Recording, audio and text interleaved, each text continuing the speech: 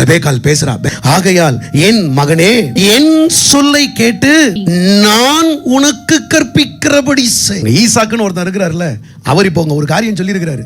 எப்பா மூத்த பையனை கூப்பிட்டு சேஷ்டபுத்திர பாகம் உனக்குரியது, அதற்கான ப்ராசஸ் அவர் ஸ்டார்ட் பண்றார். He is right.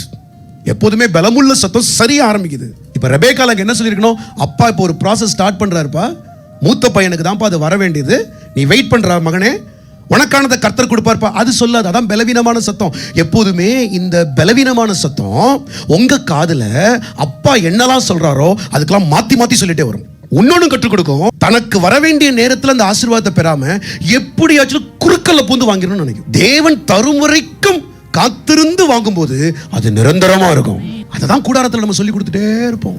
நீங்க யாக்கோபை கொஞ்சம் யோசிச்சு பாருங்க. கொஞ்சம் அந்த கூடாரத்தில் அடங்கி இருந்திருந்தானா ஈசாக்கு ஒரு மகா பிரபு, தன்னுடைய சொத்தை எல்லாம் அவனுக்கு தான் கொடுத்துருப்பான். என் பையன் யாக்கோபுக்காக என்ன வேணும் செய்யணும். ஆனால் அவன் தான் 20 வயசுல அம்மா பேச்சை கேட்டு ஓடனா, பலவீனமான சத்தத்தை கேட்டு ஓடனா.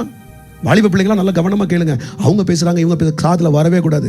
அம்மா அப்பா சொல்றது, ஊழியக்காரன் சொல்றது உன் காதில் தொடிச்சிட்டே இருக்கணும்.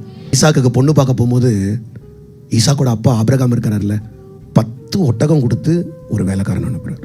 ஏன்னா பொண்ணு வீட்டில் போய் அவன் காட்டணும் 10 ஒட்டகத்தையும். அவன் என்ன தெரியுமா சொல்லுங்க, எஜமான் சீமானா இருக்கிறார், கர்த்தர் வரை உயர்த்தி வைத்திருக்கிறார். அப்படியே பேசுறான் வேலைக்காரன் ஆபிரகாமை பத்தி. யாருக்கு? ஈசாக்கு பொண்ணு எடுக்கிற இடத்துல. இப்ப ஈசாக்கு தான் பையன் யாக்கோபுக்கு தான் பொண்ணு எடுக்க அனுப்புறான். எப்படி அனுப்புறான் தெரியுமா? வாசிங்க ஆதியாகமத்தின் புத்தகம் 28ஆம் அதிகாரம் 5ஆம் வசனத்தை வாசிங்க. ஈசாக்கு யாக்கோபை அனுப்பி விட்டான். அந்த 3 வார்த்தையில எவ்வளவு அர்த்தம் இருக்கு தெரியுமா? ஒண்ணும் இல்லாம துரத்தி விட்டான். கூடாரத்துக்குள்ள ஒழுங்கா இல்லாம, குணசாலியா எழும்பாம, அப்பா பேச்ச கேட்காம அம்மா பேச்ச கேட்டு. வீட்லயும் எப்போதுமே பிள்ளைகள்கிட்ட அம்மா மாறு அப்பா பேச்ச கேட்க சொல்லணும். கூடாரத்தில் இருக்கும்போது நல்லா குணத்தை பழகிக்கணும். ஏன்னா இந்த ஈசாக்கு எல்லாத்தையும் கொடுத்து யாக்கோபுக்கு அனுப்ப முடியும் என்றாலும் அவனால் ஏன் கொடுக்க முடியவில்லை என்றால் கூடாரத்துக்குள் இந்த யாக்கோபு தன்னை சரியாக வைத்துக் கொள்ளவில்லை.